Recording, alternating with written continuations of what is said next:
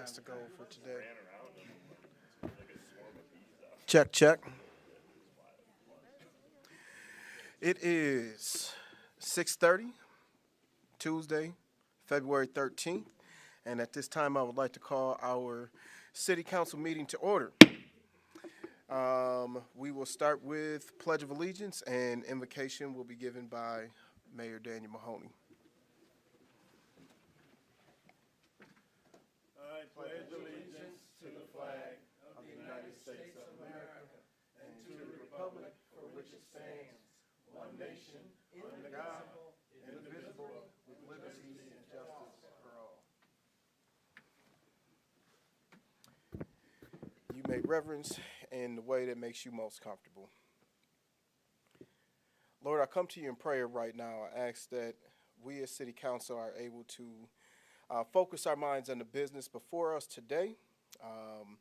Thank you for your presence in this meeting today, and may you govern and guide our decisions to be the best for the citizens of the city of Jackson. In Jesus' name I pray, amen.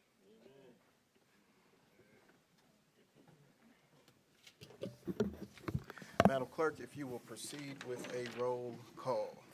Mayor Mahoney, Present. Councilmember Robinson, Vice Mayor Dancy, Present. Councilmember Gunn, Present. Councilmember Wood, Present. Councilmember Hunt, Present. Councilmember Forgrave. Here. Right. Thank you very much. Looking for a motion and support for the adoption of the agenda. So moved. Support. It's been moved and supported. Any discussion, addition, deletions from the agenda today? Seeing or hearing none, the clerk will tally and display the vote.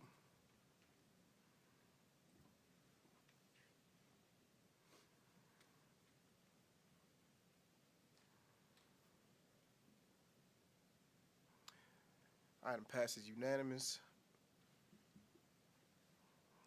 Brings us down to item number 5, presentations and proclamations. We have none. Brings us down to item number.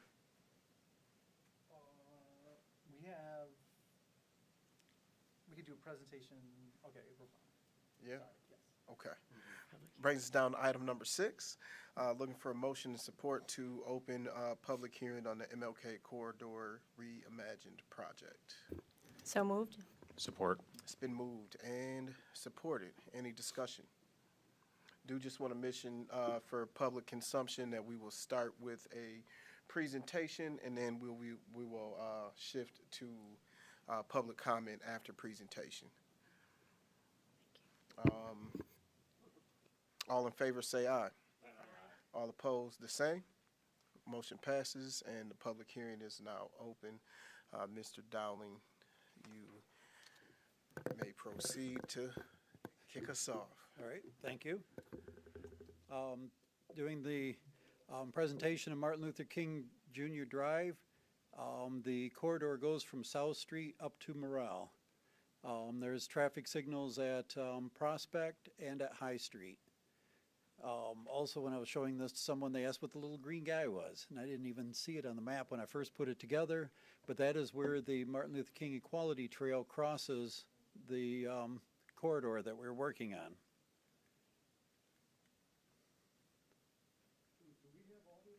I can't hear him. Is this turned on right here? Okay, now it is.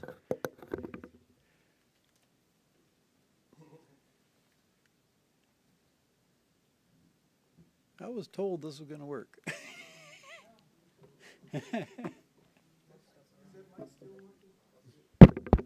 That works. Hmm?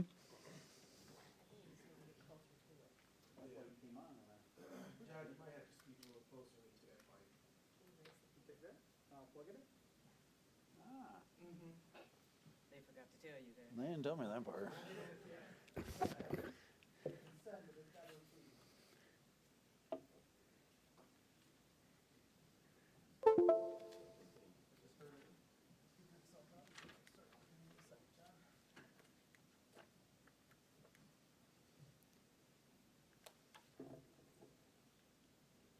No, I'm still not getting anything. John Willis, you got to hit page down.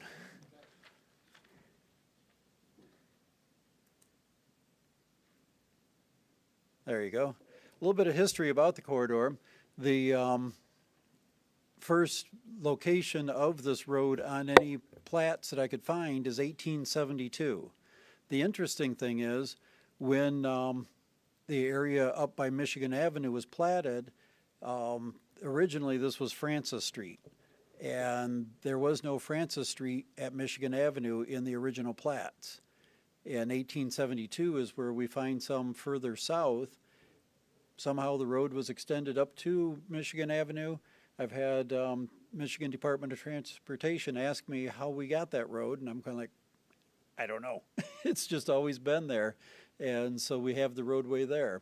In the early 1900s, the main trolley going from Michigan Avenue down to Vandercook Lake was installed there. And so it was a main thoroughfare in the early 1900s with trolleys and things. The original roadway, we can find history of it, is paved in 1914. The portion from South Street to Morrell was most recently paved in 1995. Okay. So the question is, if it was paved that recent, why are we proposing this project?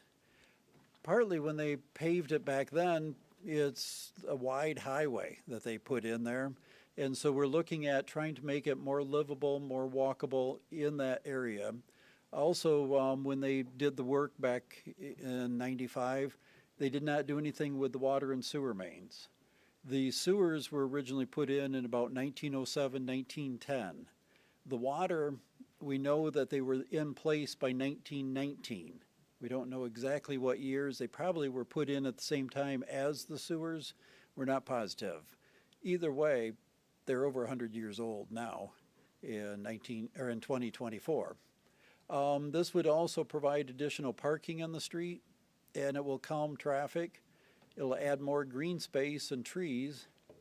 It also, we're looking at it, if you can improve the livable areas and things like that, that should encourage redevelopment. And that's what part of this project is also, along with the Martin Luther King corridor that John is in charge of. Looking at encouraging redevelopment in this area, and so that is one of the outcomes of this project that we're hoping it will obtain.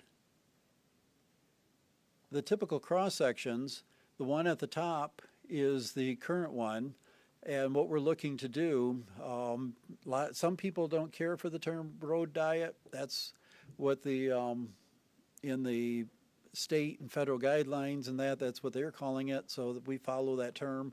But we're looking to make it from a 3-lane to a 2-lane roadway. At the major intersections, it'll be 3 lanes where the traffic signals are, but the rest of the road we're looking to narrow down to the 2-lane. So it basically changes it from a highway section out there to make it more like a livable city street with 2 lanes of traffic, parking on both sides. It'll still move the traffic, but it's not the same effect. Next slide. A typical intersection, what we're looking to do is provide the bump outs in that intersections, and that will reduce the pedestrian crossing. Right now, you've got to go across the parking lane and 3 lanes of traffic. So you're going across 4 lanes of traffic. This, with the bump outs, will have it so you're crossing just 2 lanes of traffic. And with the green space, this just shows a little bit right here, but as we calculate, as we're looking at it, it would increase about 60% green space on the roadway, which is currently paved right now. Next slide. This is a small view. It only shows from Prospect to High, but how the road, a typical section would be right in there. The 3 lanes at the signalized intersections, and then going to the 2 lanes, having the bump outs, and then having parking on both sides in the different areas where it applies. Areas where there's driveways or other features across from intersections would not have the parking right in there. Interesting how many staggered intersections are in this area. So that would eliminate parking on some of them. So that's what we're looking to do on that portion right there, showing you. This, basically, we stole this out of the information that the corridor group has, and showing how a proposed future streetscape could look like. And having some lights over the road, having parking there, and having areas with the shopping on both sides. And that's a proposed area giving you more green space. You can provide benches, have bike parking along where the bike path would cross. And there's many ways that you can fix this up to make it a more inviting environment than what we currently have. Next one. So the project process, we applied in February of 2023 for the RAISE grant. That was actually their second application, and we were successful in receiving that one. June of 2023, right at the end of the month, is when they announced that we received the grant award. January of 2024 is when we had things in place and put together the hearing and necessity, and that's what we came last meeting to find out, is council still on board and agreeing that this project is necessary. We're also looking to replace the lead service lines to all the houses that are on this street right in here. And look, that's already advertised right now. We will take bids in March. We will be back in April for award of that contract to have that start in May of 2024. The bidding for the actual road construction will be bid through MDOT, and we anticipate February of 2025 for that. And then the hearing of assessments would be in March of 2025, with construction starting in April of 2025. And because of the length of this project, being a mile of roadway, trying to put in a mile of water main, sanitary sewer, replacing the old infrastructure in there and building it up, we anticipate building from High Street to Morrell the first year, and then from South Street to High Street the second year. So this will take from April of 2025 to November of 2026 to actually build this entire project. So that basically brings me to, next slide is end of the presentation that I have. And so then opening it up to questions from council, or making it so that the public hearing. Anything from council? Or? Yep. We start replacing lead service lines as quickly as 3 or 4 months from now. Yes. Is it just too logistically challenging to do that as we dig up the street and do the construction? If we added it to the MDOT contract, they want us to go out and get easements from every house that we have to go up into. The Eagle, Environment and Great Lakes and Energy, had to stop and think what, yeah, DEQ. They told us with the lead copper rule that we have to replace all the way into the house to the meter. But then the Department of Transportation, they said, well, if we're going into the house, we need an easement. You have to get an appraisal on that and then give the people money based on what the easement of going into there. And so if we do it beforehand, we don't have to follow any of the MDOT rules on getting access into the property. So that's why we're trying to take care of the water services first. We've done that on East Michigan Avenue, so when MDOT actually comes through and builds the road, the lead services, we completed that, I think, 2 years ago. And this project, we're looking to get ahead on this one, and so that they're all taken care of on this. Actually, the project that we're doing, there's about 5, I believe, lead services on the Lansing corridor. And so those are in this project. Get those taken care of right now also, so that we don't have to go back in on the Lansing Avenue or on the Martin Luther King when we bid it through the Department of Transportation. So what I'm hearing you say is that even though it's not happening simultaneously, we're only digging up the road surface once, and all the lead surface lines are going to be done by the time we start on the road project. Actually, when they did the project in '95, the water department replaced everything under the roadway with copper to the water stop boxes. Because at that time, the city was only responsible to the water stop boxes until the state, with the lead copper rule that came out in 2017, told us then we have to now go all the way to the meter. So in doing that, that requires this contract to come and go from the stop box to the meter. So we aren't actually this year cutting into the road. Thank you. You're welcome.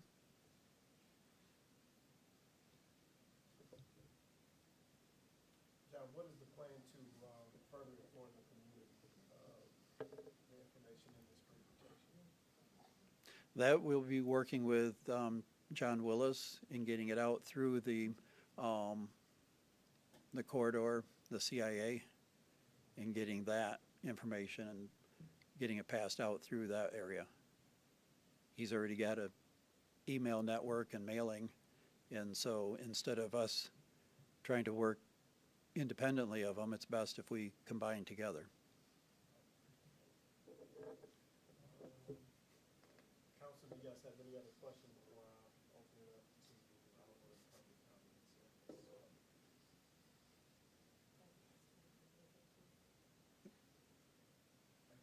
Thank you.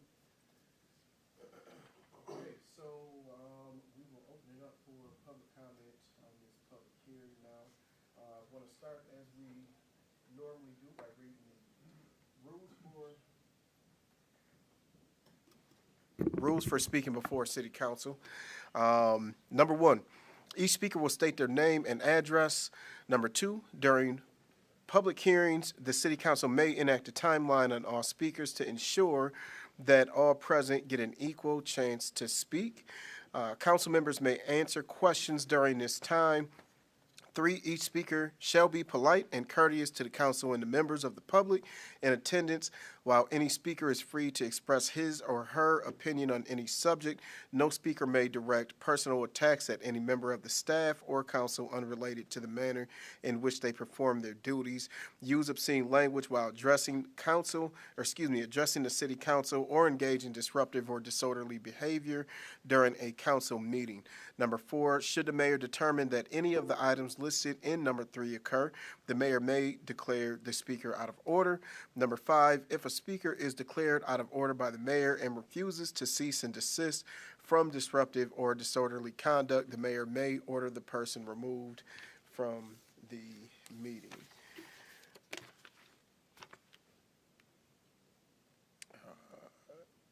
John Light.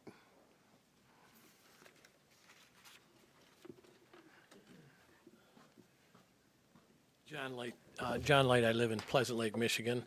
And I'd just like to start out by saying here, with the sunglasses that I have on, I'm not trying to send any type of image. Normally when I speak to people, I like to look them in the eye, and they're able to make eye contact with myself. I've simply had cataract surgery, so these glasses, it's a little bright in here.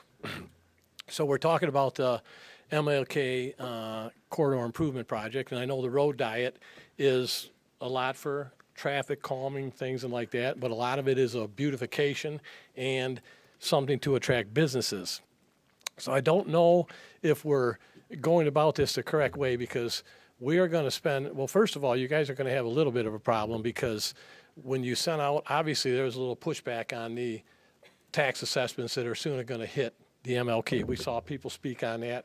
It's been a regular thing up here that taxpayers do not like the road assessment right here, so they simply get the petition and they come up and speak, and then you guys have two choices. You either go ahead and vote for a supermajority to pass the assessments, okay, which has not been done yet, or in the MLK corridor case, seeing that in order to get the $6.7 million on the RAISE grant, you guys need to come up with a considerable amount of money that is going to be through assessments. I would say it's a very good probability that the people on MLK Drive right now are already looking to have some pushback and probably will show up with some sort of petition, which is going to put you guys in a rough spot because you're either going to have to vote as a supermajority to go against the will of the people, or you'll simply have to come up with that money from another fund and not assess the citizens, okay? The latter one that I spoke of, if you don't assess the citizens, then obviously that's going to bring some more pushback, i.e. people are going to be saying, hey, the downtown business owners for, the redevelopment down here were not assessed. It's only fair that these people aren't assessed. That's a good argument. It's kind of different, though, because we're looking at the MLK corridor right here, and I understand about the disinvestment. We saw it was an excellent report by Mr. Willis many, many meetings ago, had a lot of good points in it. So I get the disinvestment part, but I don't think we want to have a knee-jerk reaction. It's kind of an emotional decision to pump this money into the MLK corridor because of the disinvestment that has happened. Thinking of it as a business decision right here, the business owners downtown were granted the non-assessments because downtown, although it was dying on the vine, if you will, the infrastructure, the buildings were already here. We have a lot of buildings, a lot of businesses that just needed a little new makeup, if you will. It's a little bit different with the MLK corridor because there's not established businesses and there's not a lot of new construction. Right off the top of my head, the two newest buildings right there, I think, are the ones that are on MLK and High, where we have LA Insurance and the Domino's Pizza and a couple empty storefronts. That's a relatively new building, nice building. And I think up the road where they had the U-Fry and the laundromat in the former party store. Them are nice buildings, okay? There's not a lot of other structures along that corridor that are in excellent shape. Most specifically, the if you want to call it a mini mall, right at Francis and High. Okay, so there's a lot of buildings that need significant amount of money. The other thing that has happened right here, where I don't think that the MLK Corridor Improvement Authority is really on top of things, because we are going to go ahead and do a street, and it's a, if we build it, they will come type of scenario. I'm not 100% sure that that's going to happen on the corridor. It did happen downtown here for the most part. We still have some empty buildings. We still have some work to do. So it did happen a little bit down here. But again, it's a different situation because, as I see right here, we don't have any, or I haven't heard of any investors that are going to come along. Now, downtown Jackson was really, really lucky when they started that projects down on Michigan Avenue right here, because you had the LeMasters group. And that was Rick and Randy LeMasters who developed, you know, Dirty Bird, Chase, Junkyard Dog, Tilted Arcade. I believe they had their hand on RJ Metropolitan, and they are currently leasing a couple buildings, Murphy's Bistro and the Cupcake Place. Okay, so, and they worked without any strings attached. They did not like government money because it was too restrictive.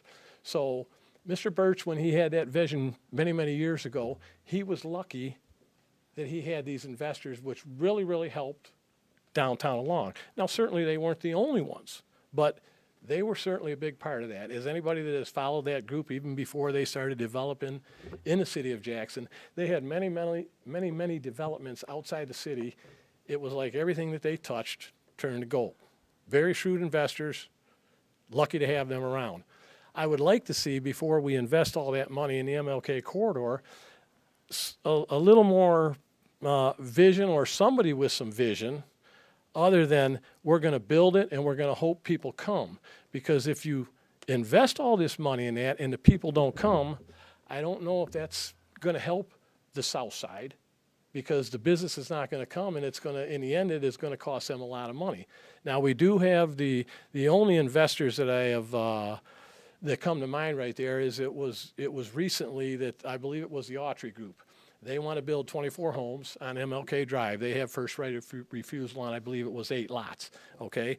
And I looked that proposal up online. That was back in September. And you guys approved their first right of refusal on them lots. And as I look at that, we see that it's a $1.8 million project to build them 24 homes, okay? And they wanted to show that they have a little skin in the game and that they're all in on this and they want to help with development. Well, looking at that proposal right there, their skin in the game was $200,000 on a $1.8 million project, okay? I don't know if that's a real investment or a real interest, okay? And some might say, well, you know, they want $1.6 million in grants, okay? The Lofts on Louis received a lot of money in grants. The Project 200 received a lot of money on grants. But even though they were large projects, the Lofts on Louis, I believe, was like 5.1 million. The developers on there, they got about 28% of that in various grants, tax relief and whatnot.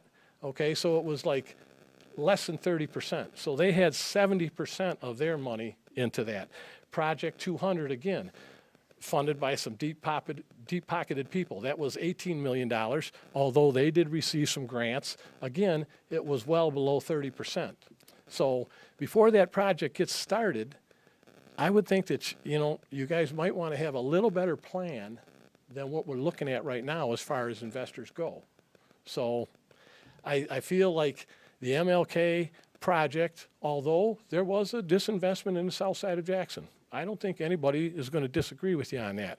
But it seems like we're getting a knee-jerk reaction to that to kind of have it's more of an emotional decision on a payback for all the bad things that happened back in the 60s or that, and not really a sound business decision. So I'd like to see a little more interest before you spend all that money and go ahead and do that corridor. Thank you.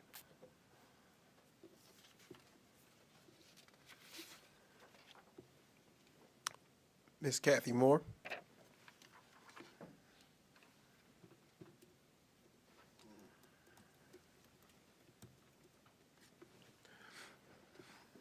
Kathy Moore, 1513 South Martin Luther King Jr. Drive. I used to like saying that, but it's getting kind of old now. Very smart man over there. Oh, well. Can you hear me now? Yes. Yeah? Okay. Okay. Now, he made a lot of great remarks to me because I'm emotional. Knee-jerk, because you're going into my pocket. Okay. On January 30th, when you had the hearing of necessity to reconstruct Martin Luther King Jr. Drive from Morrell to South Street, which the total project cost was submitted was a little over, well, it was almost $8 million, okay. Charging the residents almost $1 million. And then the assessor came up and said, well, I think the total probably be around $12 million. Why didn't he put that down on paper? Transparency, people. Okay, mind you, back in, I don't know if it was 2020 or 2021, the citizens were told that their taxes would not increase due to MLK, CIA. Okay. Now, at the last meeting, you voted to approve the assessor to assess the cost of said improvements, which no improvements were listed. Part of what he said was that it was to narrow the street so the residents can cross the street. Side note, as a resident, I have no problem crossing the street. Okay? Nor have I ever seen any problems with people crossing the street. As a child, I was taught how to cross the street. So I believe that I know that that still holds true today, and that crossing MLK, there is no real problem. You watch, you look for traffic, you look both ways, and you cross. There's a stupid commercial on TV where a lady and her son is getting ready to cross the street without looking, and yeah, you're going to get hit if you don't look. Martin Luther King Jr. Drive is not like that. It's wide open. It's not 4 lanes, it's only 3, one going both ways and the other for turning. I don't know where the 4 lanes came from. I've never seen 4 lanes. Maybe I'm not old enough to have seen 4 lanes. Okay. He also stated that there would be more streetlights and a bike path. Put the poles from one side of the street to the other side of the street, work on the water main, the sewer, and the pipes, that go all the way to the house, and that the charge would be around $94 per foot, divided by the 2-mile stretch. Now, if I go to what you're talking about today, it says 1.1 mile. That's a lot different than the 2 miles of the MLK. Both sides of the street. Huh? Both sides of the street count. Both sides of the street. Both sides of the street. 1 mile one way, 1 mile the other side. Okay, but in Yes, the, ma'am. in your thing for the today, your agenda for Total. today, it's 1.1 miles. So total length of Oh, the, the 1.1 is just one side. Both sides of the street And would then be one side on assessed. the other Yes, side. ma'am. So the one ma'am. that the assessor was talking about the other week was for both sides combined, which Yes, made ma'am. it 2 miles, Yep. not the 1.1. Yes, Oh, ma'am. thank you, Yes, sir. ma'am. I so appreciate that. The city owns multiple properties, plus there are other properties owned on Martin Luther King Jr. Drive that belong to people out of state. Will these properties be charged? But wait, the city owns many, and at the rate that the city is going, they will own most of Martin Luther King Jr. Drive. Per Mr. Willis's his seminar, his history event that he comes up with, that he talks about the history of Jackson and how the South Side people had to sell their homes to move on other places. The city has came up with a new way. Why make them sell? We'll just charge them a crazy assessment so that they won't be able to pay, so we can get their property for their taxes and give it to somebody else that we might want to live in that area. That's where the people are coming from. They're going to give away. They're going to take our property that I have been paying for several years, charge me $15,000, up to $15,000, maybe $1,500 every year for 10 years. Technically, I don't make that kind of money. Do any of you have a job I can get? Because $1,500 is not coming out of my money. I don't have every year in the summer. I don't have that kind of money. $1,000, I don't have that kind of money to give to the city to do something that they want to do when, back when we had the other mayor, it was said that the citizens would not be charged extra taxes for this project that I see that. I've been trying to research. I haven't done all of my full research yet. But then all of your minutes don't list everything that is being said. I noticed that also. Yeah, people will lose them due to lack of being able to pay the assessments. So this is a win-win for the city because they will have the property and, like I said, sell it to whoever they want to for the taxes. I also found out from the mayor that the federal fund raised grant that is listed for the street reconstruction is actually the monies that is also shown in the grant money for the MLK CIA committee. Woo! So now I really have a question. What is the MLK CIA really for? To do that picture that John Dowling showed, that the street was so small, and that was just one little section. Other than that, MLK CIA has the residents believing that there will be a change based on what the residents, well, we don't even believe that because we don't really get involved in that either. But anyway, the funds that is being spent on the reconstruction, on the diet, what is it called? Road diet. This time it's road diet. 2 weeks ago, it was the necessity reconstruction or whatever. So, I'm getting off track. So now I really have a question about what the the MLK CIA is for. Since the city is spending the funds that the residents believe the committee was available for them to make changes that they wanted, not just what the city wanted, but what the residents needed in that area. That's not happening. It's coming down to what the city wants. Now we have on your agenda the CIA Corridor Reimagine project at the cost of $10 million, a little over $10 million, almost 11, of which the same $6 million, almost $7 million, is part of the budget that January 30th meeting had in it. So we have two different budgets with the same money. $10 million over here. Excuse me. This one is, this one is $10 million that you're talking about today. On the 30th, it was $7 million, almost $8 million. Two different projects, same money, two different budgets. A little confusing. A little confusing. This road diet is not for the residents in the corridor. It is for the city to take over our properties. You are providing me with two budgets. You are approving two budgets for the same area at two different costs. I live there.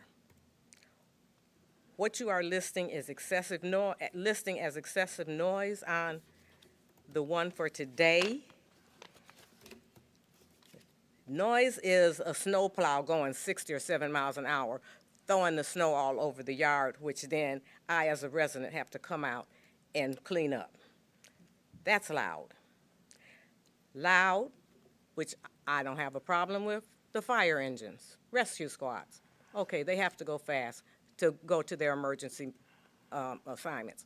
No problem. There is no real loud music on MLK CIA. Forget the CIA, MLK. There is no loud music. I live there. If there was, I would call the police. Trust me, I've done it before. When there was a person living in the house that was playing loud music. Not on the street. Not on the street. If you want cars to go slower, you tell them what the speed limit is. You have police give them a ticket. You don't narrow the street. We already park on the street. Now you want to add more parking, I guess, on both sides. So you're going to narrow the street so that they can be parking on both sides. From what I see, you should have did that before you came up with all this other stuff. He should have came first, in order. I like things done in order. Okay, so you're going to break it down to smaller lanes to try to slow the traffic down. That is not going to slow the traffic down. Those that are going fast are going to go fast. Give them a ticket. Give them a ticket. Don't cut the lanes down. Give them a ticket. We can always park on the street. You don't want to put a lot of trees or whatever on the curbside because that's going to block people from turning out into the street. That's what that's going to do.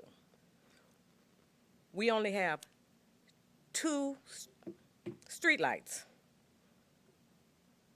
The assessor said that there were going to be more. We only have 2, and it's only 2 in the plan that you have for today. It's only 2 still. Anytime there's a long stretch of road, yes, people are going to go faster. There is no, like I said, street sign. There is no signs that say what the street limit is, what the speed limit is, I'm sorry. No signs on that street. No signs. Not even, I think, when there was a school there, because I used to go to school where Dollar General is. I didn't really, but anyway. So, like I said, if you want the cars to go slower, give them a ticket. Have the police come out there and give tickets.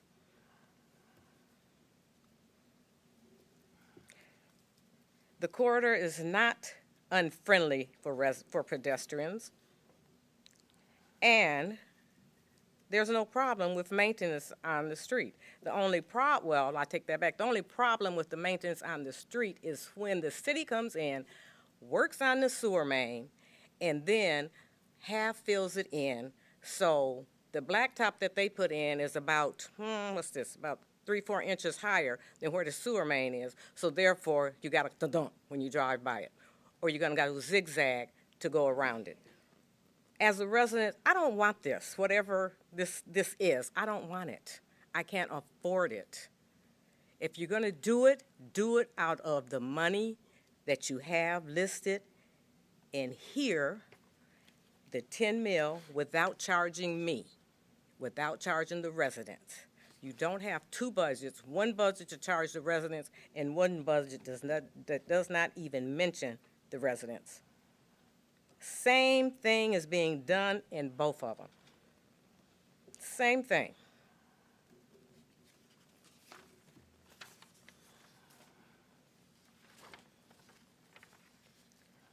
Your recommendation is always to adopt whatever paperwork is put in front of you. I wish there was some paperwork that said to approve or not to approve, but it's always just to approve because that's what you do. You're looking at what's best for the city and not what's best for the residents of the city. You're not looking out for your residents.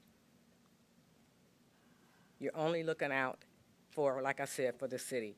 And for you to put this assessment on the residents of MLK is totally wrong, especially since it wasn't supposed to be. I have this, which is similar to what was showed a couple of years ago. City of Jackson 4-year project. Here's MLK right here. It's in blue. 2025. So you were on point. You did it right. I mean, you know, you said it. Not really.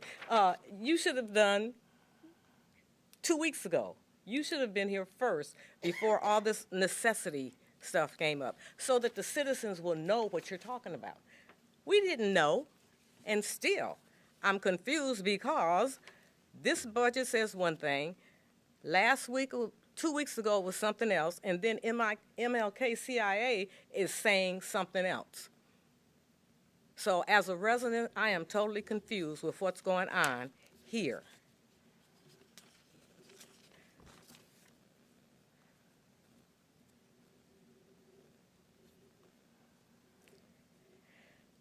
You are seeking bids already to have the project done.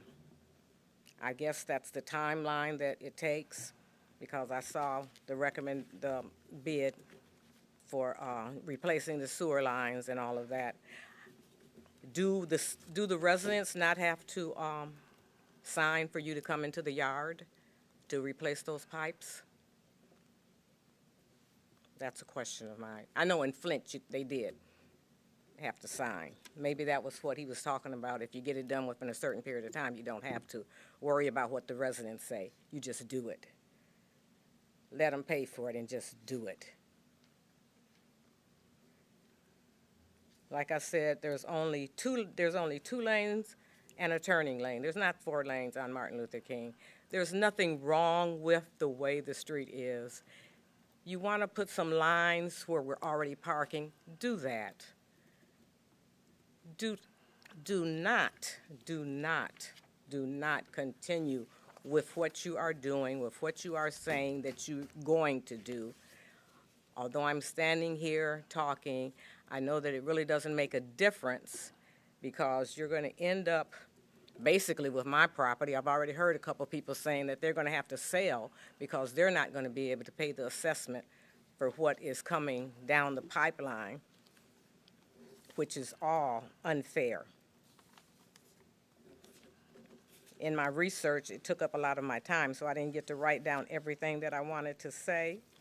But I said, I'll be back again and again and again until this is final. Thank you. Mrs. Moore, I have a question for you. Yes, sir. And then I want to answer a few of your questions also. Okay. I'm curious, because it sounds like your major concern is the cost of the assessment. Is that a fair Yes. Yes. Understanding of Understanding the cost. overall? The overall cost that it's going to cost the residents of MLK. That So- is a major concern. So if there was a way to reduce or eliminate that cost to the citizens, would you be for or against the project? I would be for it. Okay. I would be for it because, like I said originally, that's what was told. So I was for it back in 2000, whenever it was, when the other mayor was here. No problem. I'm sorry, he ain't here no more. I know, because it's all on you now. But it's really not you, it's him. I do want to clarify a couple of things, though. Go ahead. One, this is not a MLK CIA project. I want to make sure that that's clarified.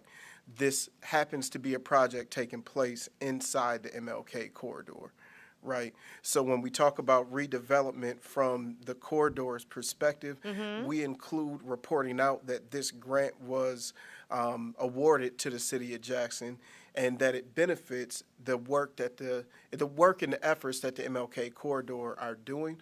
But this is a city of Jackson project that happens to be taking place in the corridor. The budget for MLK corridor and the budget or grant dollars for this project are exactly what's been talked about, and it is exactly the same. Nothing's changed. So when we talk about a total investment into the corridor, we add those dollars in that this grant produced because it's happening inside the corridor. It doesn't mean that's a part of our budget. And if that needed to be clarified, I think that's something that we can easily talk to the board about. We can easily talk to our consultant to make sure that it's clarified, like what is the actual budget for the MLK corridor? What are those dollars assigned to currently? What do we plan to do with those dollars? And what's the difference between the dollars that this grant is producing? That has not changed. So when we talk about that investment, these dollars for this grant have always been designated and dedicated to this specific project. I wanted to make sure I clarified that because I think Mr. Light kind of said the same thing about like this being an MLK or MLK CIA project, but it's not a corridor authority project. It's a City of Jackson project that's taking place in the MLK corridor. I think some of these questions we can get answered for you. I am curious, which I know that, and this is the thing. So what I'm curious of is like, what is the actual assessments going to be? Like, what are the proposed assessments going to be per property, right? And I think that's important because when you look at what's being proposed from the initial letter saying that this hearing of necessity is going to happen, all they tell you is citizen or assessments are being assumed to be somewhere close to $1 million, right? But it doesn't tell you how that $1 million will be spread over 140 parcels within that corridor, within that 1.1 miles, which ends up being 2.2 miles because it's 1.1 mile on one side of the street, 1.1 miles on the opposite side of the street. Both sides are responsible for makes taking some of 2.2 that miles. assessment. 2.2 altogether. But it's not written down. I think that question will be answered through us soliciting for the bids because they have to go out for bid to find out what the actual final project cost is so that the assessment roll can be prepared and presented and sent out to the citizens to say, this is what your portion would be. I also think there's some creative things that we can talk about or discuss and figure out along the way. Mr. Light actually just enlightened me with saying, hey, the downtown citizens did not get assessed for the redevelopment of the downtown area. That's great information. So I think we have the staff to help figure out like what other options can be presented that might be able to help us lower that. Once we find out what that assessment actually looks like per citizen, to address the question on does the city have to pay and do the people who live out of town have to pay? Every property has to be assessed. Every property is responsible for paying their assessment, including those city-owned lots. And that was a question that we did get answered at the last meeting as well. and I think the two different costs that you're seeing are the difference, and John might be able to correct me if I'm wrong about this, Mr. Dowling. The two different costs that you're seeing in the project and why you saw the street reconstruction cost is different from the lead service line replacement cost. Is that a fair synopsis of the total cost of the project, meaning underground infrastructure, lead service line replacement, and the actual street reconstruction? When we are talking, part of the cost is just what the road construction is going to be.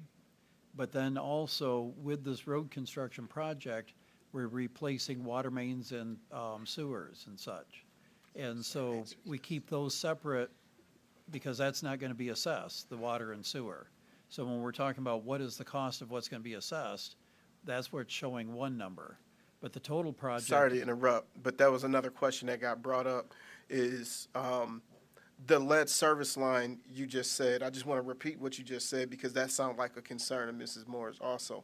Is lead service line replacement, meaning replacing from the box to the house, is something that's not assessed? That is not assessed. Okay, so there's not an assessment on the lead service line replacement or the water main replacement portion of this project? Correct. Okay, sorry, you can continue if you had some other thoughts to finish on that. No, it's just, when we're talking, like hearing a necessity, you're talking about the street construction, because that's a portion that's gonna be assessed.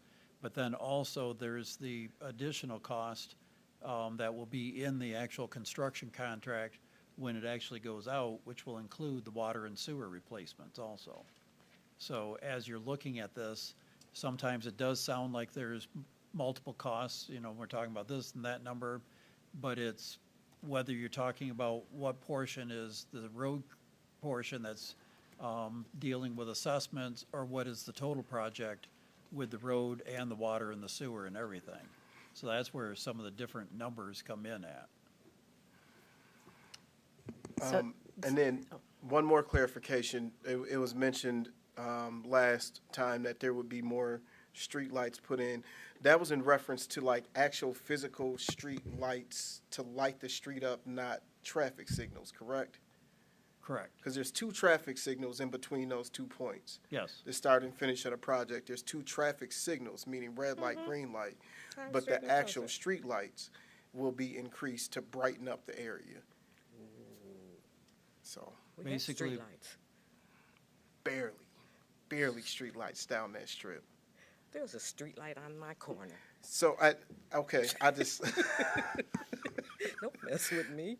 I'm not messing with you. I just want to clarify. only one. You said that there was there were only two, and Of there the was a red- mention of increased red street and lights. green, I just want to make sure yeah, I'm yeah, clarifying there's other lights. that we're Yeah. talking about the same thing. Okay. That was all. Okay. Not that there's zero street lights, but that in reference to increased street lights, it wasn't in reference to like traffic signals. 2 weeks ago, he didn't clarify that. Not you, the other guy. No. And he just said there was going to be more of the streetlights. So to me, that was, red and green or whatever. I understand. Okay, I 2 and understand. 2. Two. Okay. Yep. Okay. Yep. Okay. I just wanted to clarify In those couple reference of to the things. money, back when I got this, what did I do with it? This thing. Now, I'm stepping out of this meeting right now. When I got this, I brought this to the MLK CIA and asked if this was part of the money that MLK CIA had, and I was told, no, it was not. It's separate. But it's not. It is. How is it when it's the same 6,000, 6 Because million that's no, being it's used? the same project, right? So if you look at any notes, when it was talked about that the MLK area has received the raised grant, it was specific to this road construction project. Same money, same project, but it's not our budget. That's why I was saying it and trying to clarify that this is happening inside the MLK corridor, but that is not a part of the MLK corridor budget itself. That's not a part of the money that the MLK corridor has access to determine what happens. Okay, that's what you're saying here in this meeting, but that's not what you said in the other meeting. in the Absolutely MLK is. CIA, because I brought this up. And I said, is it? And on the 30th, you asked Arlene if that was the same raise grant money, and she said yes, and you said okay. But that's okay. That's okay. It's gonna be what it's gonna be. You know. I It's just gonna want to be- make sure we talking about the same thing. That's all. We talking about the same 6 million. 6 million over there, 6 million over there, and 6 million down Martin Luther King. Yes, ma'am. Same 6 million, raise grant. Yes. Same 6 million, just being used differently. No, it's Well, always I'm had the saying same, differently because It's always had the same intended use. the city is even in. if you look at the breakdown, like there was a breakdown that Malik provided of money that has been like current total investment in MLK area. Mm-hmm. When you look at that breakdown, it literally says raise grant next to the $6.7 million grant. Raise grant. Right, same project. So it's not different. I don't want there to be a misunderstanding that it's a different use or that it's being talked about differently, because it's not. It's the same thing. It's the same money. I get that. It's the same money. Just MLK CIA is just a front for the same money. Okay. It's a front. Tomato, for the- tomato. It's a front for the same money. You know, that's it. It's the same money. Same money. Everybody's using the same money. I got it. Thank you. Thank you. I'll be back. John C. King.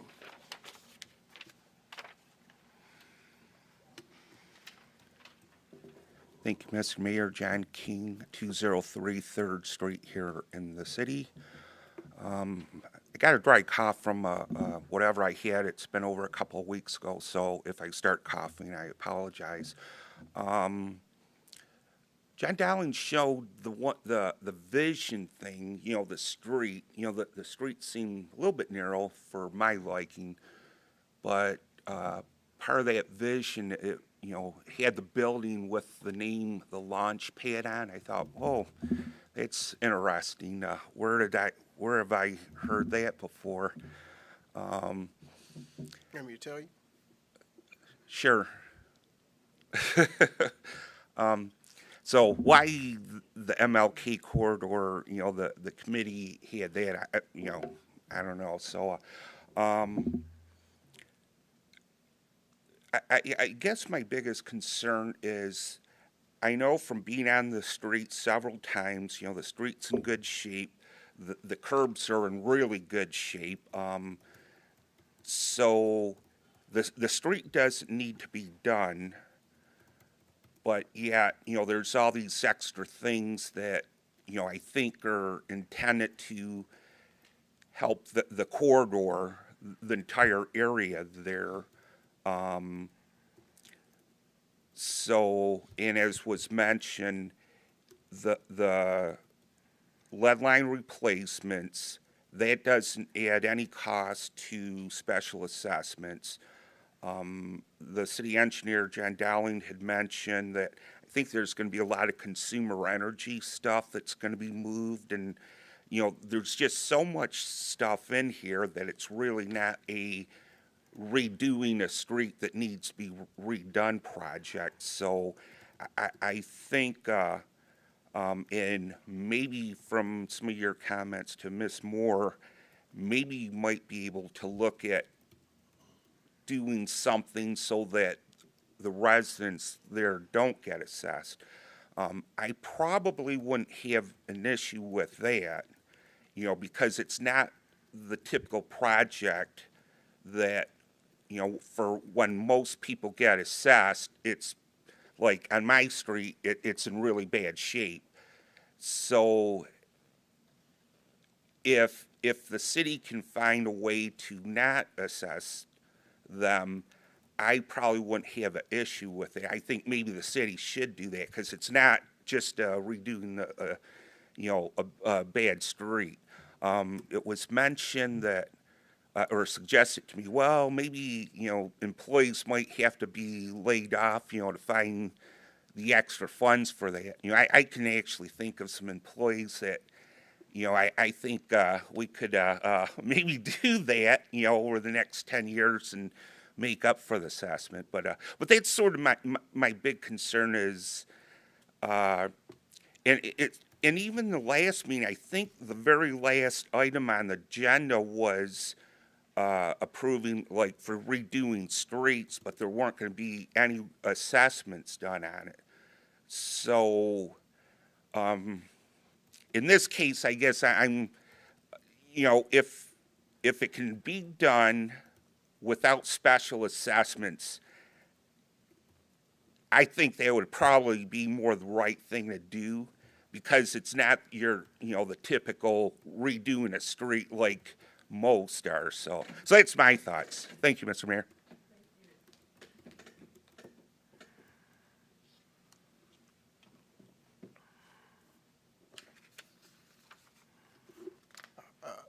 Nicholas Thurston.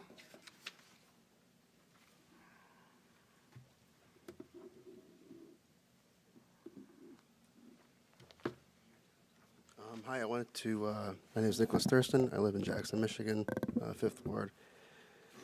I want to speak on the MLK corridor reimaged, and this is spelled wrong. It's reimaged on the document. Anyways, the MLK corridor reimagined project. Other speakers made a lot of good points. The Limasters, they knocked it out of the park. They did an excellent job downtown. Their restaurants, they have good food, good service, clear menus, clear business practices. There's no gray area when you're dealing with them. So, I think we should try to, if we're going to do something down at the MLK Corridor Improvement Authority, maybe improve the transparency and the clarity of what the practices and policies are of that body, and what the rights and responsibilities of the residents in those regions are. This is one reason why a lot of Republicans criticize very heavily identity politics, is that the south side of Jackson, Michigan, over a period of several decades, became very racialized, as known as the black neighborhood.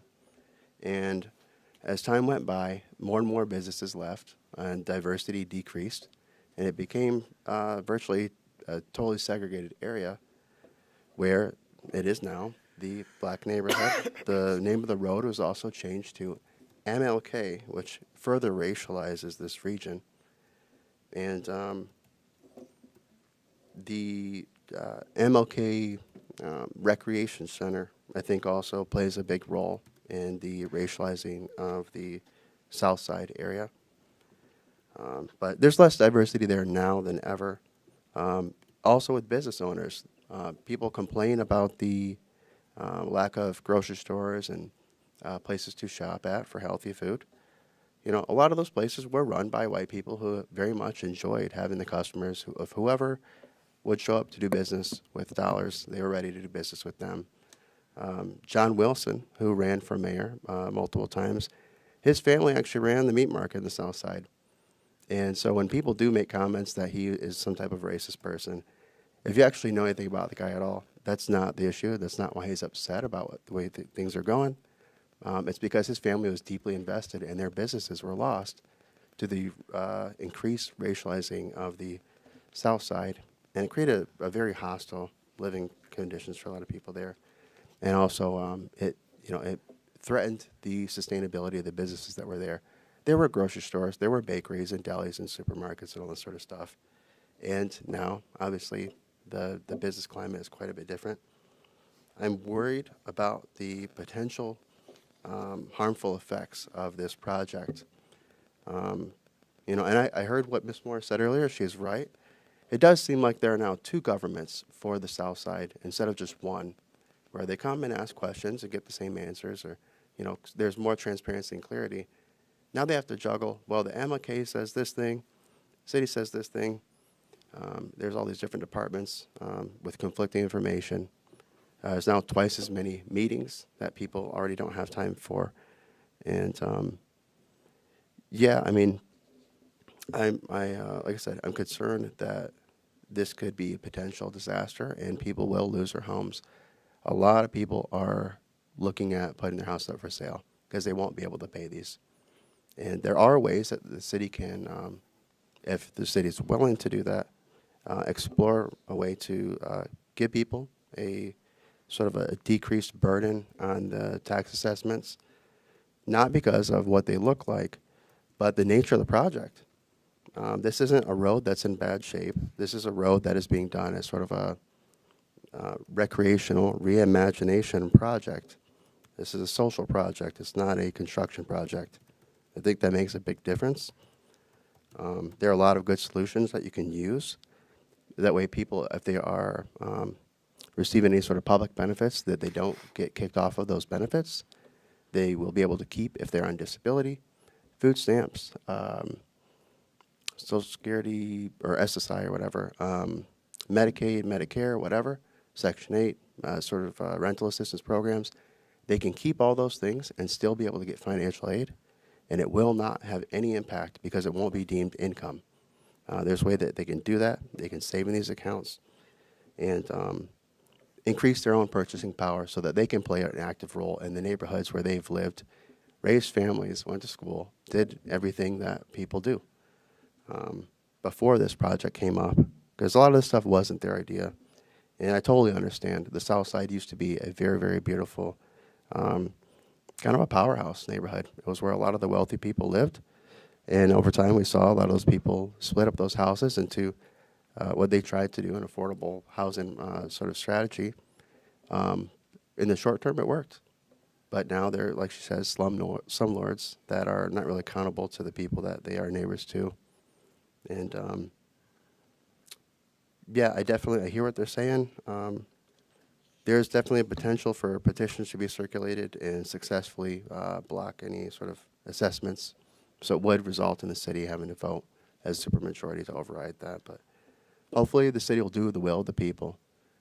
And if the RAISE grant requires a 10% contribution from residents, there could be a way, maybe the MLK-CIA group covers further 90% and only asks 10% of what the resident would typically have to pay. The money is out there. Jackson, there's a lot of money that flows through here. So that's not the issue. It's just a matter of, I guess, directing the capital to the people that need it. And I can't think of many better examples than something like this at a time like this when people are facing, a lot of them are facing evictions or foreclosures. They're already on the edge. And with rising costs of living, rising water rates, now these city assessments, this would push a lot of those people over. And, you know, they're right to challenge it and fight back and ask questions and try to get answers and document things. They're not doing anything wrong. And I think that city should be very receptive to the message. They're pretty clear what they want. They want clear answers. They want to know where's the money going, how are we going to use it, and how can they be included in the streets that they live on. Because, you know, this reimagination project doesn't seem to actually include the people that are already there. And so if we're not including the people that are already there, then who is this for? What are we doing all this for? What's the point? So that's my piece on the issue. Any questions or anything? Any response? Okay, thank you for your time. Jessica Hilton.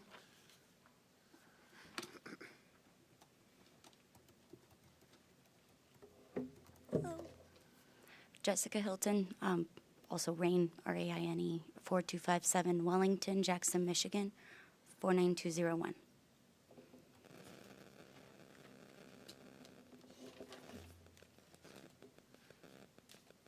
Go ahead. Okay. I'm a little nervous. This is my first time being here, so learning a lot.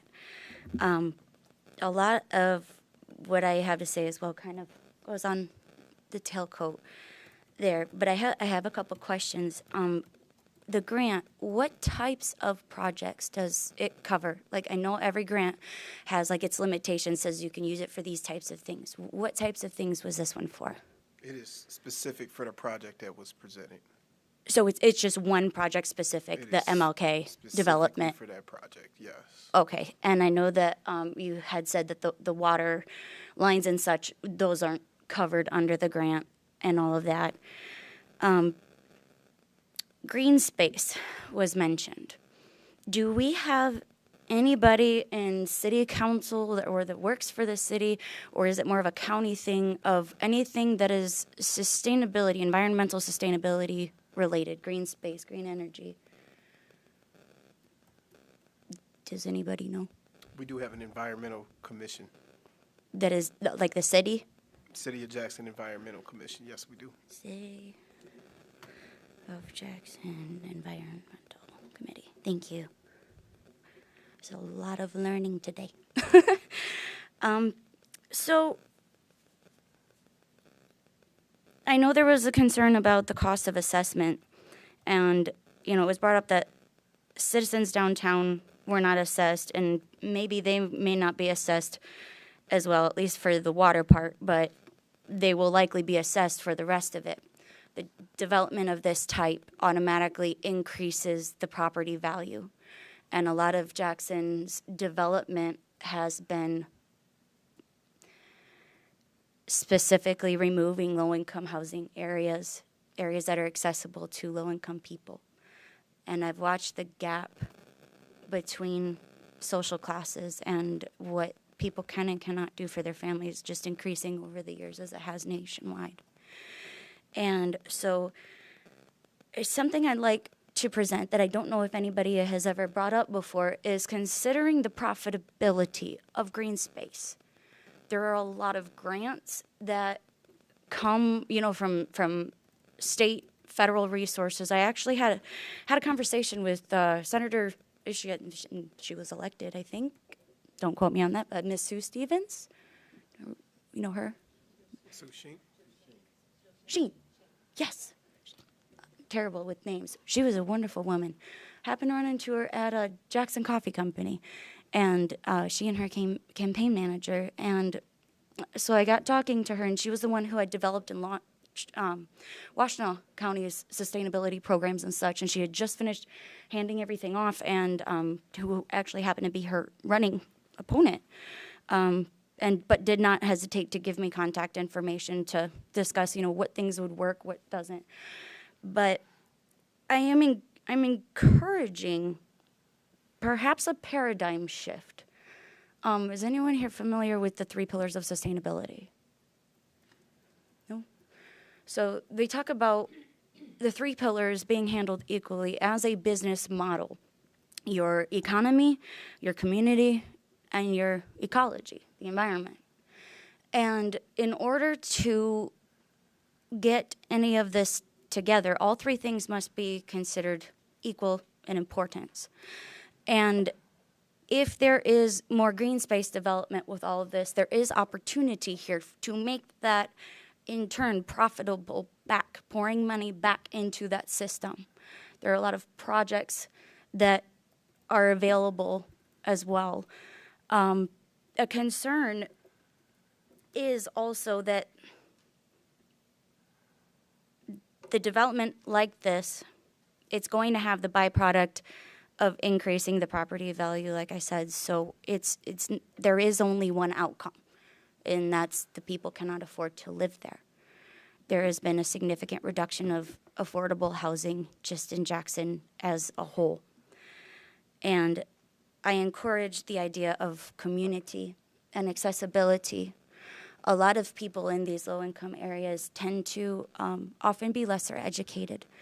And I find that people who are not educated on something feel quite powerless. And it may be considered to make this information more accessible via more places that it could be physically posted, as well as a little bit easier to find online on the website, but also posted in such a way that someone who does not understand all of the technical terms and goings-on of city business would be able to understand. And, so to just consider the potential of profitability of the green space, because then it might be possible not to transfer that cost back to those citizens. If there was something kept in mind of being able to keep that property at a reasonable value and using the profits from these programs as a supplement to counteract that.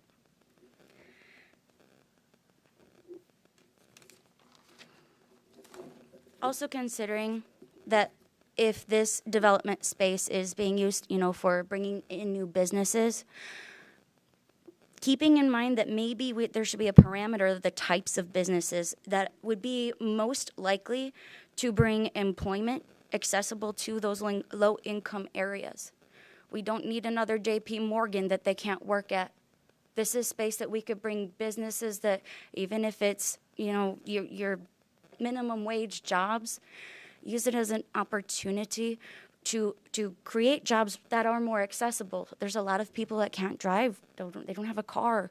And so if you can increase the employment rates in those areas almost immediately, increase the education where they feel like they have a voice and they feel that they matter.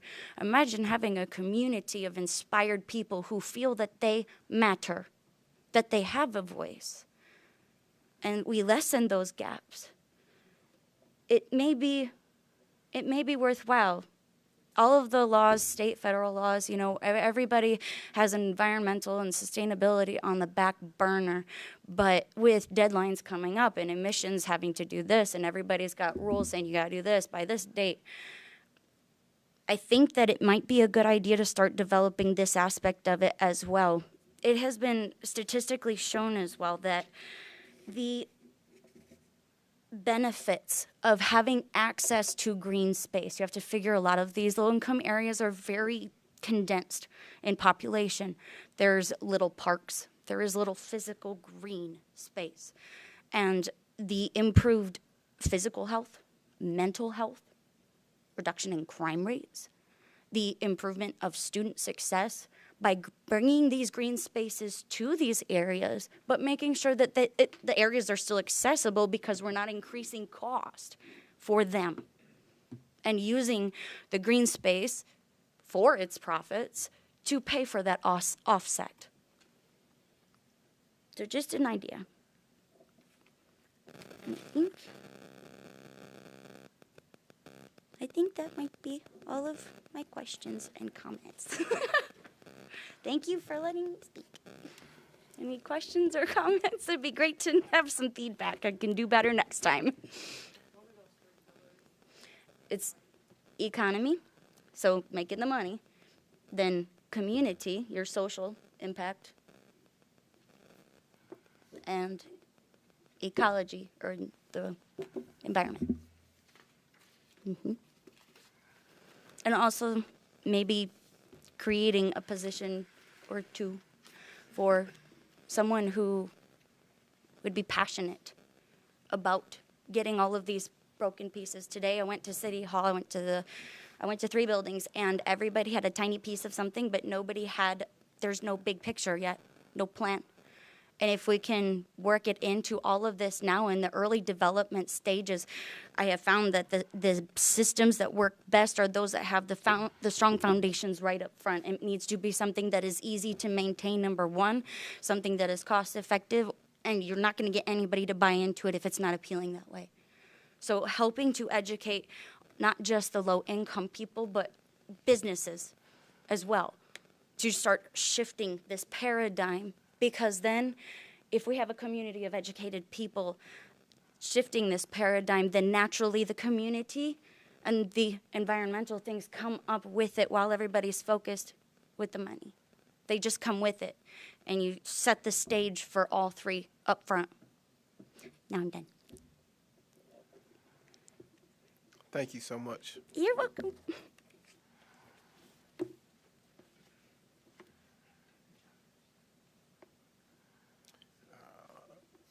Council, do you guys have any other questions, comments, concerns on this public hearing?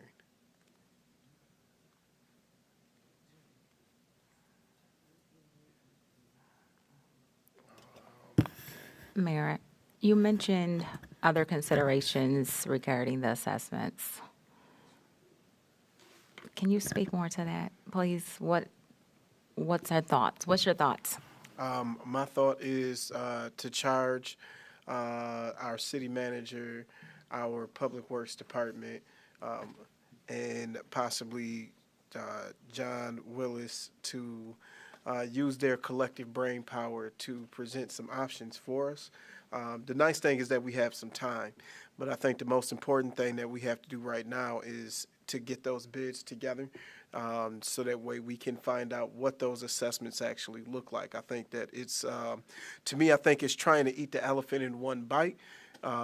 To look at a almost $1 million assessment and say this is not doable by our citizens, because we don't know what the breakdown of that actual assessment is.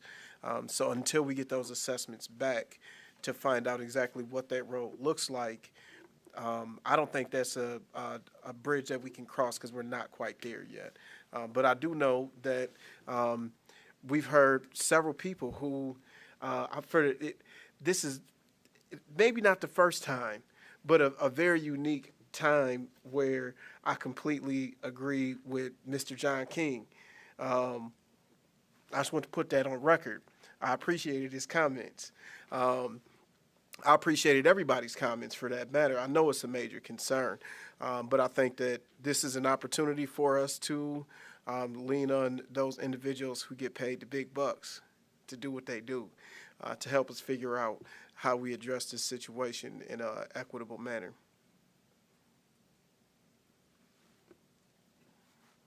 And I think it's early to even, because I had the question written down, Councilperson Hunt, Councilmember Hunt. I had the question written down. I was going to ask it, the city manager, like what kinds of ideas can we explore? But I think it's too early to even put that pressure on him to come up with some answers right now. But it is definitely something that's been a conversation. So in the works. So, Mr. Mayor, a point of clarification for the process. So, like next steps, if we asked, if we asked the John Dowling to move forward getting bids, at what point does that mean the train is on the track and it's going to keep going, or is there a point at which we can stop it and say? There's always a point to stop. What you did at the last meeting was say, hey, we can start the train now. Okay. So we have our understanding of what needs to be done. Yep. I definitely have an understanding based on the comments here tonight, what our charge is for the total project. So Okay. Yeah, it can always be stopped. Okay, thank you.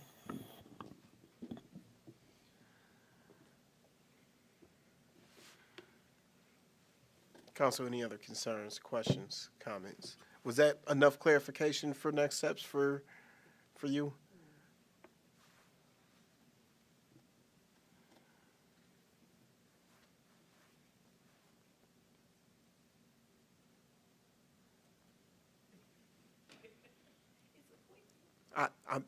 Miss Moore, come on with it. Come on with it, Miss Moore.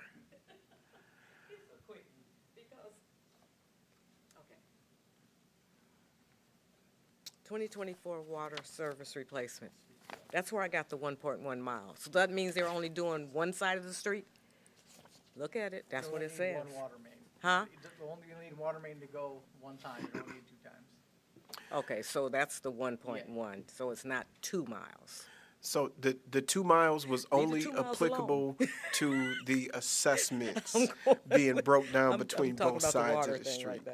I understand. So, yeah, that's okay. One way. You don't need I'm learning. on both sides of the street. I'm learning, one way. I'm learning, okay, see? Okay. It's not closed yet, is it, Mr. Mayor? You didn't fill no form out, It Mr. do- that Bormuth. doesn't Come on with matter. it. Just fill one. It does matter. But just fill one out for us after you get finished, please. Peter Bournemouth, 142 West Pearl Street. I always approach things from a historical viewpoint. People might know that about me by now, because it's the past that created the present, and it's the past that informs the decisions that you have to make today, either to correct the past, as in this case where there was this significant divestment from the south side. But you have to remember that came about through urban renewal. That came about through a program that was supposed to help the people that it ended up harming. I mean, I really want you to remember that.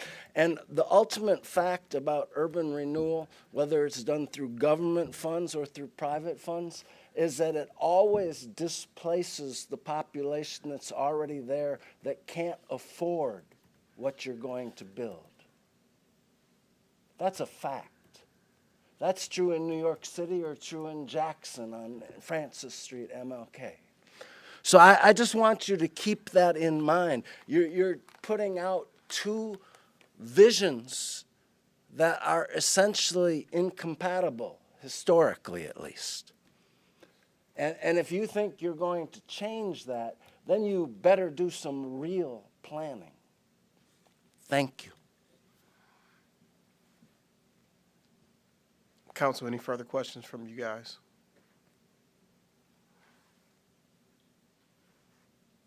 Okay, seeing or hearing none, we'd be looking for a motion to close the public hearing. Support. It's been moved and supported. All in favor say aye. Aye. All opposed the same. Motion passes, and now we are looking for a motion and support on the resolution presented before us today.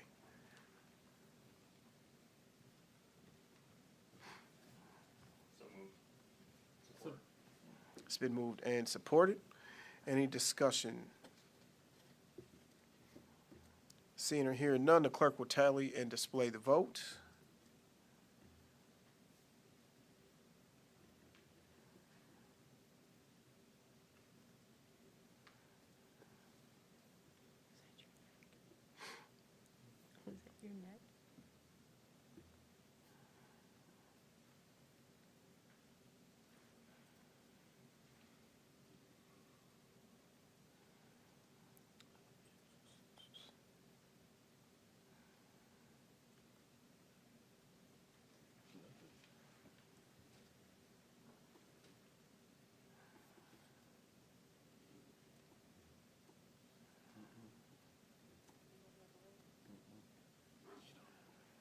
It came up.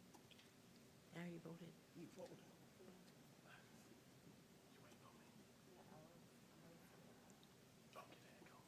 we go.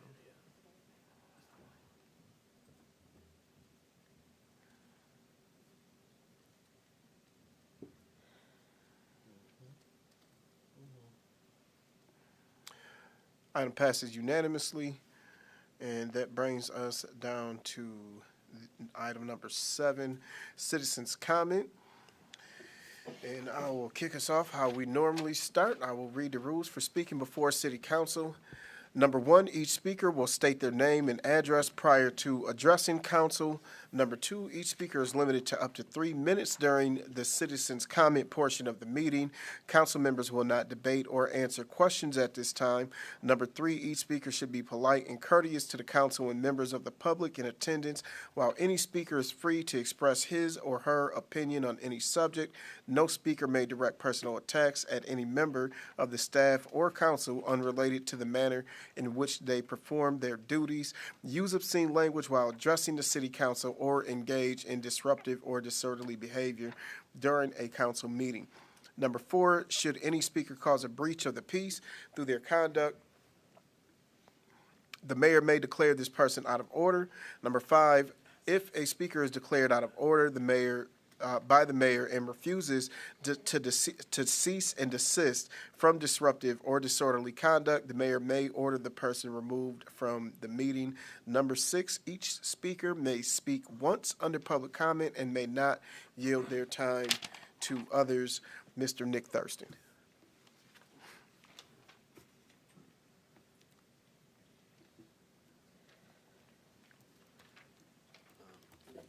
Hi, my name is Nicholas Thurston. I'm in Jackson, Michigan, 5th Ward. Where to start? Not really a big holiday person, but with Valentine's Day being around the corner, I wanted to send a message to a very special group of people. During the last campaign cycle, we heard stories from Northwest students about Maurice Imhoff repeatedly threatening to shoot up their schools. He also circulated child porn on the internet of a 13-year-old girl who he considered to be a girlfriend who was very violent and abusive with. And she kind of led a charge to make voters more aware of what the Democratic Party was doing in our cities, in our state, in our country, and the type of candidates that they were putting forward to run for office.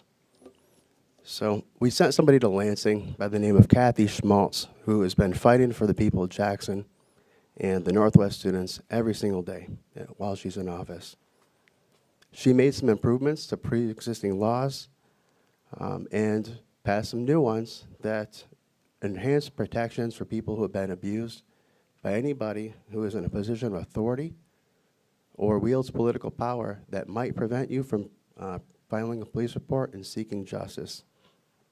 So to the Northwest students in Maya Connell, we heard your story.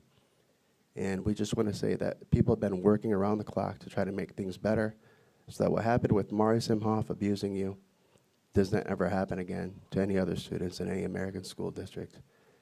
And we hope that your heart can heal someday. And to Maya Connell, I hope you find true love with somebody that doesn't treat you like that. Thanks for your time. Mr. John C. King.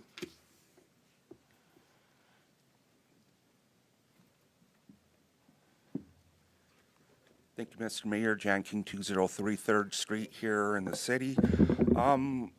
I jotted down some notes, and it probably would take me 30 minutes to go into detail on a lot of this stuff, but basically, you know, I have like the lies and politics of the Democrat Party and the media. We have the gun lock. The city police department with WLNS. I thought, well, you know, that's fine, maybe, you know, to keep children safe.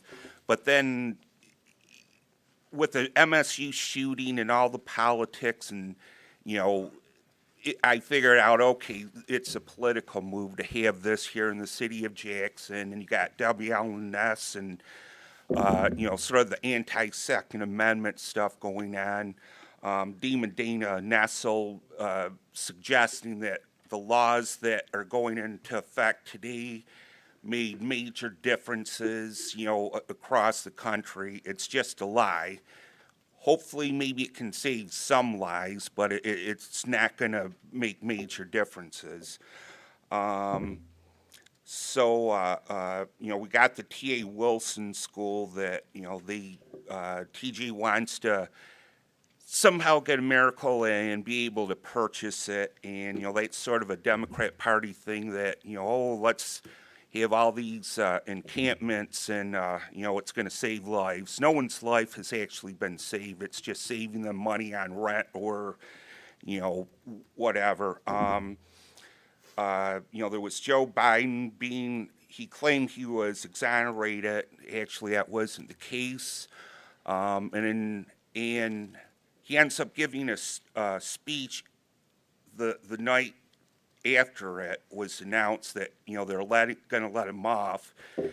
And it was partly to, you know, refute his memory problems. So he says, oh, you know, I have this rosary that I got from Our Lady of, you know, he meant to say Our Lady of Guadalupe, but he couldn't remember that. And then, you know, he ended up confusing the Mexico with another country and stuff like that. The media ends up saying, oh, well, Donald Trump has had, you know, some issues like that and that they're equivalent. That's not the case. You know, Joe Biden definitely has some age-related dementia that's getting pretty serious. In the short amount of time, I mean, there's, you know, Fani Willis and her boyfriend in Georgia. As it turns out, you know, the White House was meeting with them. You know, they're, you know, having sex together and all that. So. Thank you, Mr. King. Thank you, Mr. Mayor. John Light.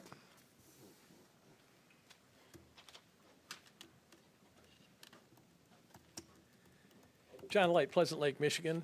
And for some of the newcomers, I've spoken in front of council many times. I am a city pension recipient, and I used to have a large amount of property in the city of Jackson, which some I developed, some I didn't, and I no longer have that. So I've always had an interest that tax dollars are being spent judiciously.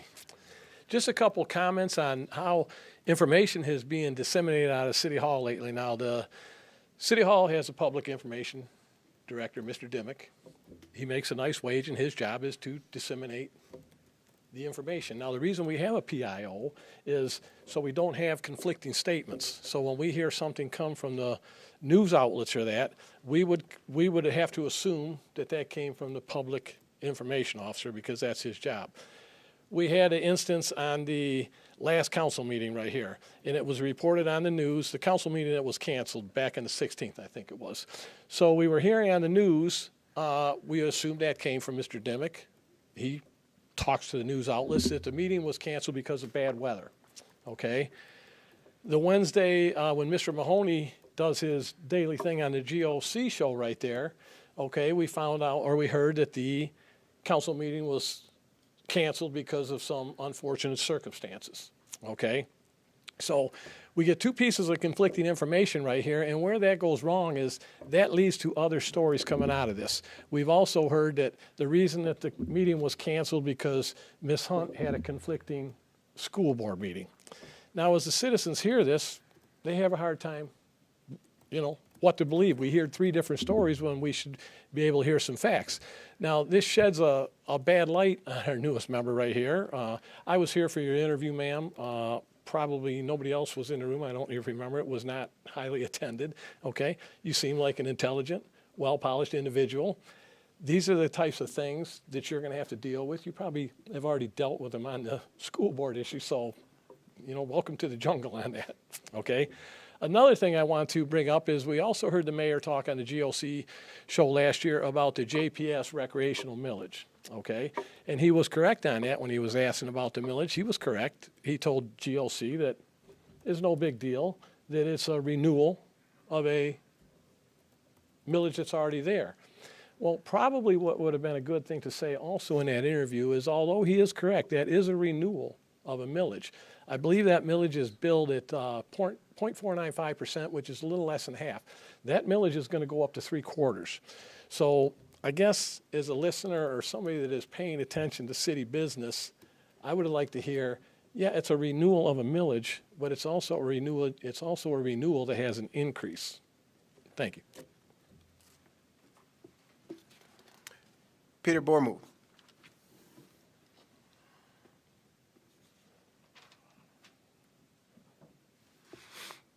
Peter Bormuth, 142 West Pearl Street. I want to note there's a couple of appointments, and Dr. Hammondtree is on both of them. City Planning Commission, Police Oversight Commission. I think he's also on two other city commissions. Intelligent guy. I happen to like him. A fellow reader, so I like to talk to him about what books he's reading. But there have been people up here asking you to diversify your appointments, and the tendency has always been here at City Council to appoint the same people to multiple commissions, and that's probably not a good idea. At least in terms of the public perception. It's certainly not denigrating his ability in any way. Just wanted to say that. Also wanted to talk about, once again, what Congressman Wahlberg did.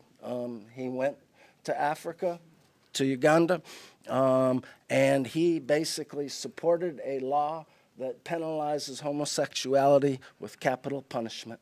And he did that on your dime, as a congressman, as official business, and he made some statements that we should not even follow the Constitution of the United States, that we should follow God. And this is a direct violation of the Constitution of the United States, and it is not what this country is based on. We are not based on God. We are not based on biblical law. We are based on the Constitution and common law. And I just hope everybody recognizes how extreme Congressman Wahlberg's statement was on both levels, to kill people because of their sexual orientation and to place God above our Constitution. These, to me, are two statements, each one independently evil, just plain, pure evil. I'd like to say that I would think that this body, which supported the non-discrimination ordinance here in Jackson, would condemn these statements. And I submitted a resolution. Mr. Wood, all of you got a copy, actually. And I see absolutely no action on that front. And I find it odd that you would allow your congressional representative to make those statements for you, because you are a city, you are in his district, and therefore, if you do not repudiate those statements, it is assumed that you are supporting them. Thank you for your time.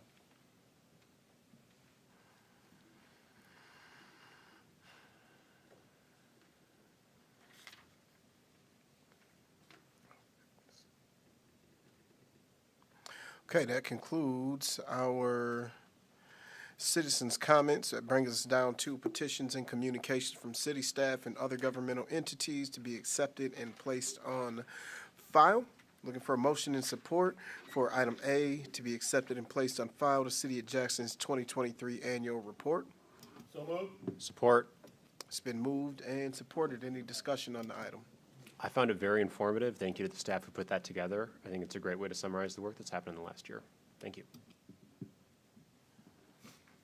Any other comments? Seeing or hearing none, the clerk will tally and display the vote.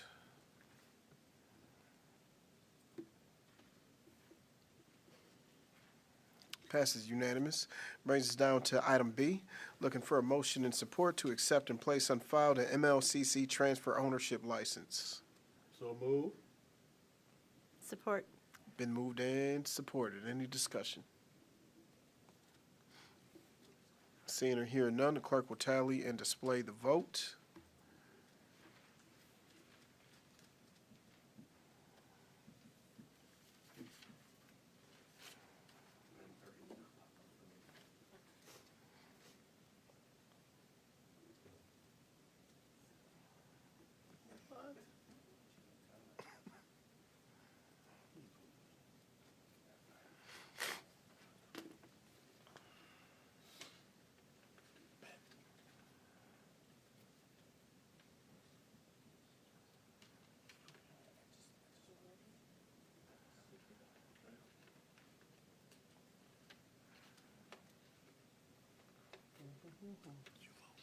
Yeah. Yeah. You want to try one more time, or just want to do a roll call? Okay. Third time's the charm.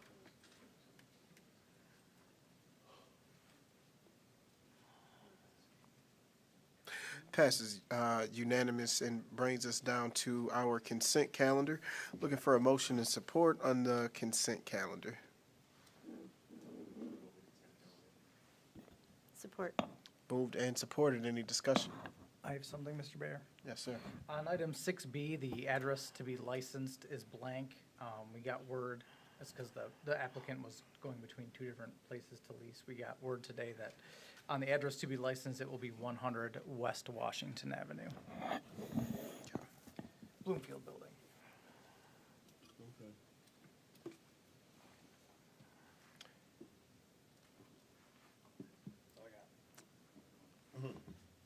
Seeing and hearing no other questions, comments, or concerns on the consent agenda, the clerk will tally and display the vote.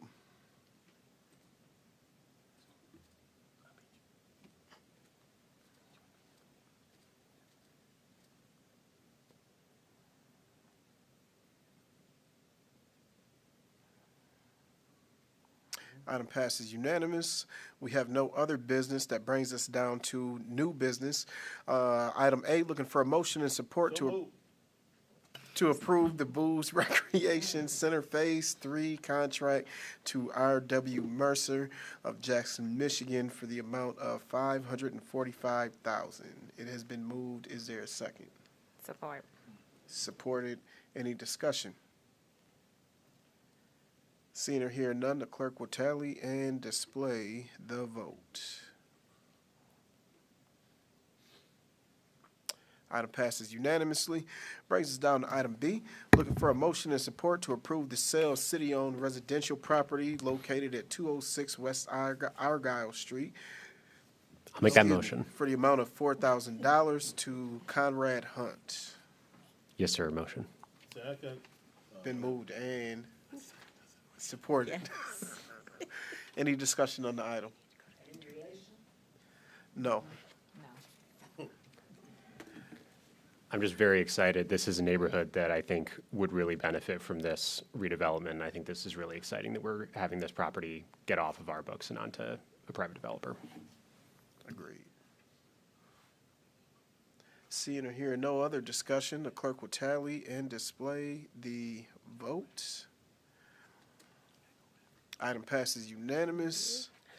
And that brings us down to item C, looking for a motion and support for the approval of an award for the contract for the MLK Equality Trail reconstruction from Optimus Shelter to West Avenue project to Anlin Corporation of Grand Haven, Michigan, at a cost of $373,431, and authorize the mayor and city clerk to execute the appropriate documents in accordance with the purchasing agent. So move. Moved and supported. Any discussion? Seeing or hearing none, clerk will tally and display the vote.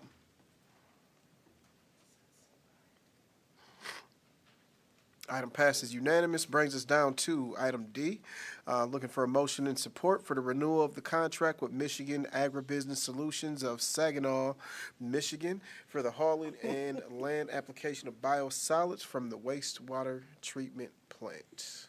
So moved. Support. And supported. Okay, any discussion? No discussion, just take care of the boo-boo. Take care of the doo-doo. Seeing and hearing no discussion on the item, the clerk will tally and display the vote.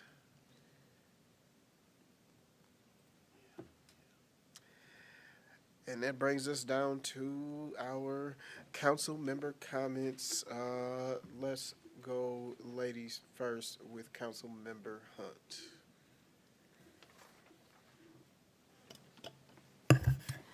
I appreciate the comments that were made today and really want to just focus on doing what's best for our city, really honoring the voices of our citizens and moving cautiously with our decision-making. Thank you very much. Council Member Gunn. Thank you, Mr. Mayor. I would echo Councilmember Hunt's comments, and I appreciate people coming out and being persistent and consistent with their comments. And, I appreciate our being able to answer questions during public comment to shed light and be more transparent throughout the process. So thank you, everybody, who came out today. Vice Mayor Dancy. Thank you, Mr. Mayor. So, yeah, I'd just like to send a shout out to, I was at the farmer's market Friday. I think they have a farmer's market every Friday from 10 to 3 at Founders Church. So I was just there walking through, and I was kind of surprised of all the vendors that was there.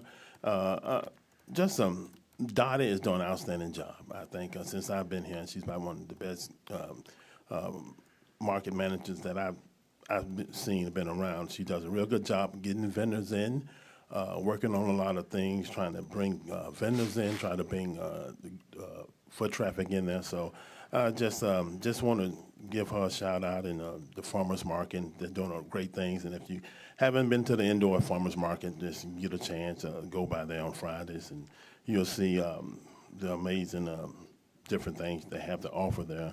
And also, she said they have a summer music during the summertime, so there's a lot of openings.